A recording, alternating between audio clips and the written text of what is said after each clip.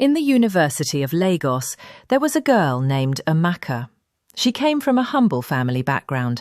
Her mother sold pepper in the market, and her father was a retired driver.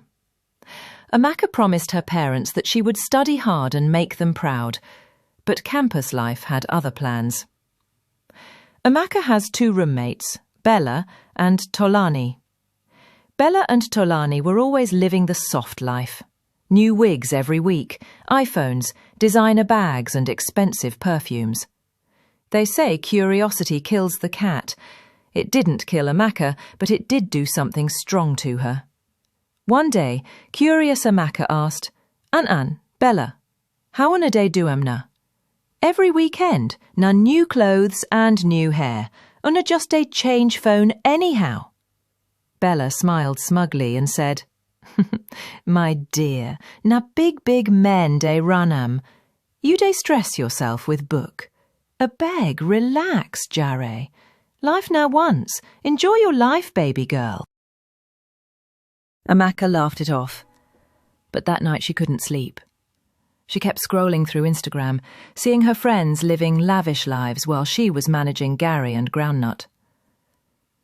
A few weeks later, Bella invited Amaka to a party. "Rich guys do day there.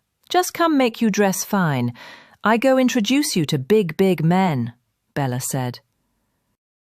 Amaka hesitated. "I don't know, Bella," she had said. Then Bella said, "You two day dull yourself, this girl. Go dress fine, make we come out together. You go meet big men way go day pay your bills. Shay as you day soak Gary and Groundnut every day you like, Tempted by the thoughts of getting money and getting to live a lavish life like her roommates does, Amaka eventually agreed. That night, she met Chief Bayo, a man old enough to be her father. He promised her heaven and earth, money, trips, and comfort. Soon, Amaka started changing. She started getting new clothes, started skipping classes. She even started posting flashy pictures online. Everybody began calling her Slay, Queen of the Department. But then, they say, nothing lasts forever. And truly, Amaka's shining era didn't last long, because things took a dark turn. One fateful day, Chief Bayo invited Amaka and her roommates to come hang out with him and his friends on a private island.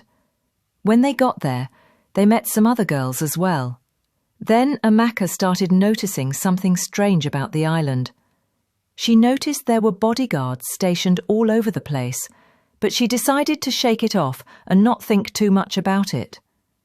Though she already started living the life of a bardie, she was still not used to drinking alcohol, so she didn't touch the drinks that were offered to them.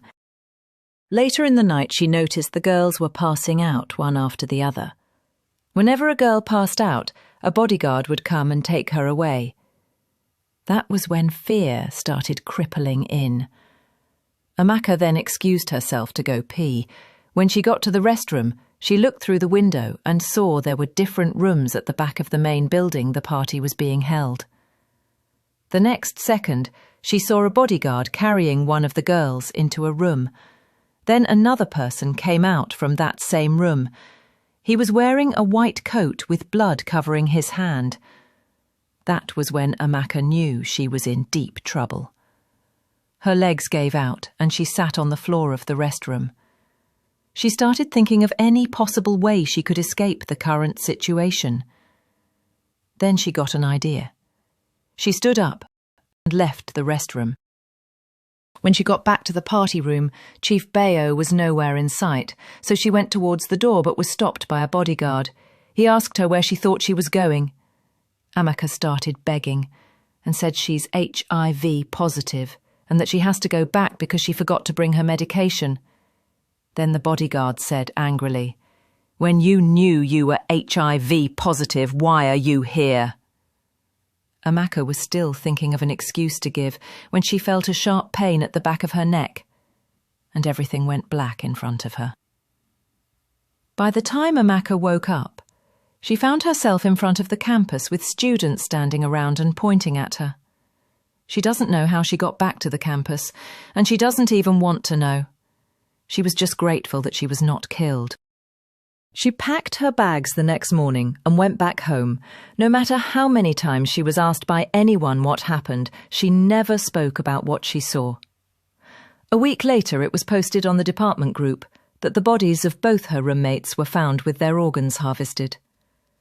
The incident left Amaka traumatized. She learned the hard way that not everything that glitters is gold. Campus life can deceive you, but real success comes from patience, dignity, and hard work. Thank you so much for watching. Don't forget to like and subscribe.